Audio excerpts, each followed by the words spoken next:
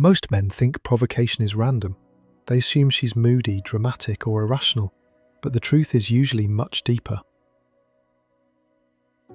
Provocation is rarely just about the argument on the surface.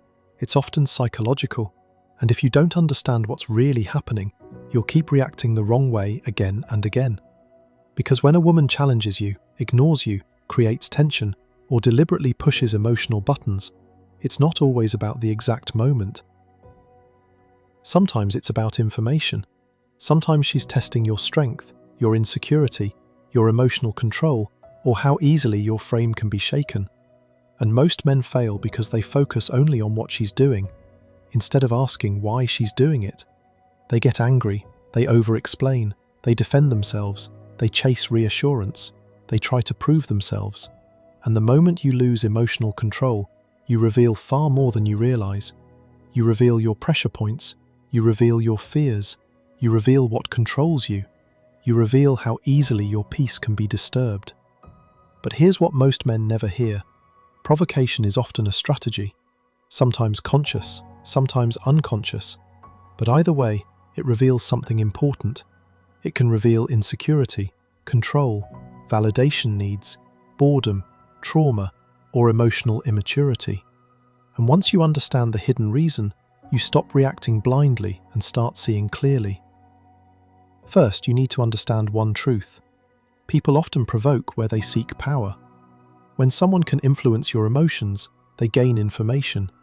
If she says something sharp and you instantly react, she learns where your weak spots are. If she pulls away and you panic, she learns how emotionally dependent you are. If she creates confusion and you immediately chase clarity, she learns she can control the emotional frame. For some women, this is testing. She wants to know, is he strong? Is he secure? Can he stay calm under pressure? Will he become defensive? Will he emotionally fold? This is why some women may challenge you early, disagree aggressively, tease insecurities, or create subtle tension. Not always because they dislike you. Sometimes they're assessing you.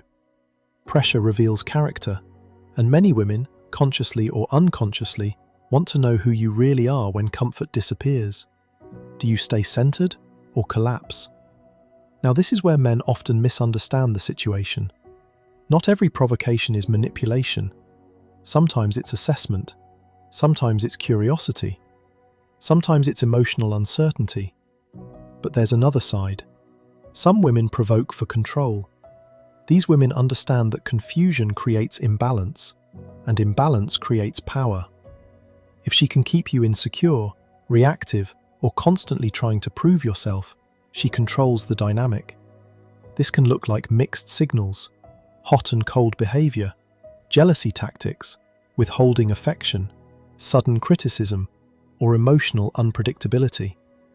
These patterns often come from insecurity, fear, or validation addiction. Sometimes she fears vulnerability, so instead of asking directly, she creates emotional tests. She trusts reactions more than words, because reactions feel honest to her. Then there's emotional immaturity.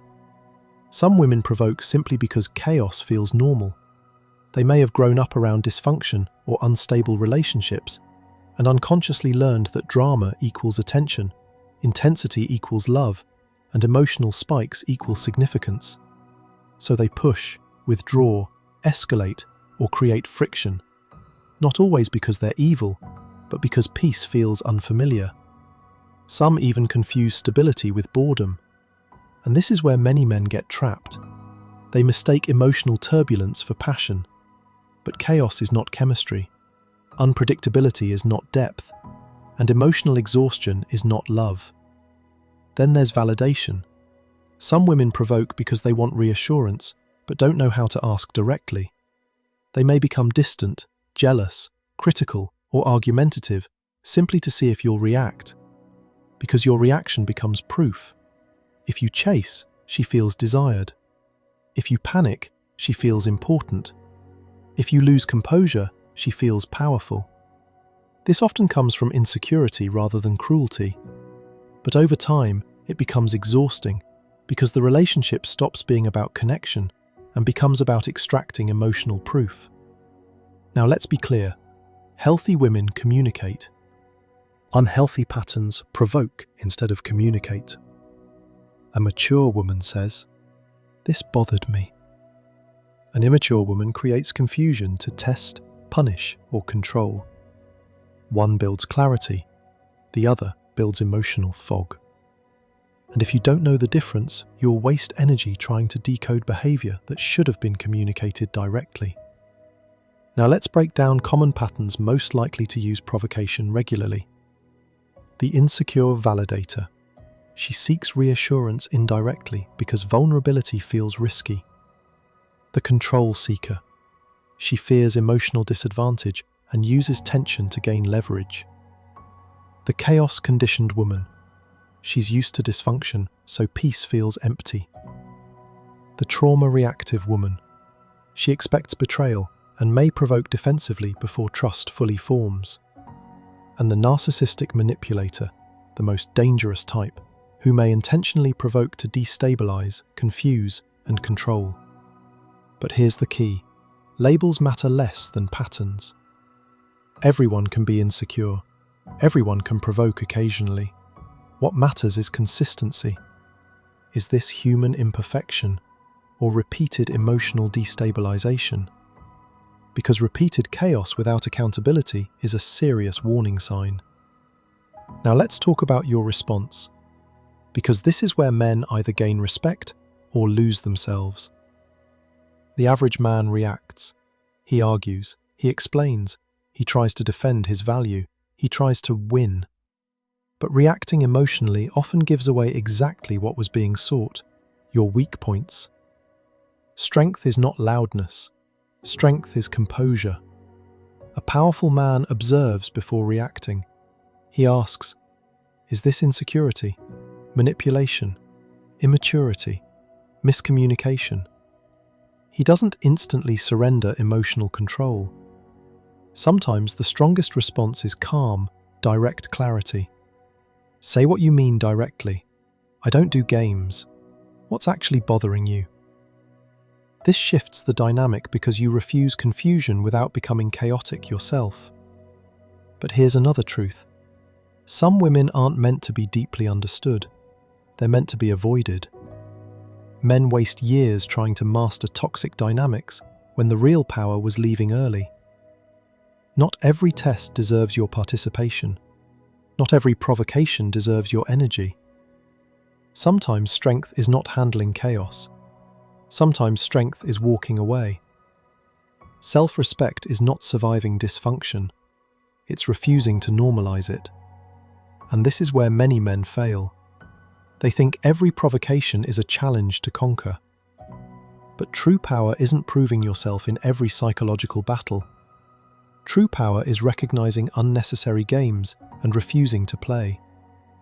Because the strongest man is rarely the loudest, coldest, or most aggressive. He's the most aware. He sees patterns early. He understands motives. He responds intentionally. He doesn't confuse chaos with connection or instability with passion. So the next time a woman provokes you, don't just ask, "How do I respond?"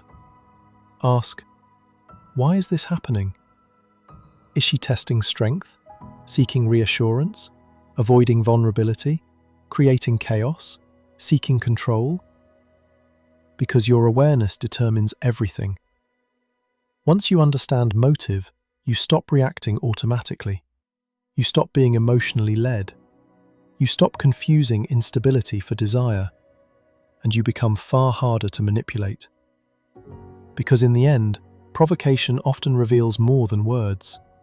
It reveals fears, insecurities, patterns, maturity, and most importantly, it reveals yours.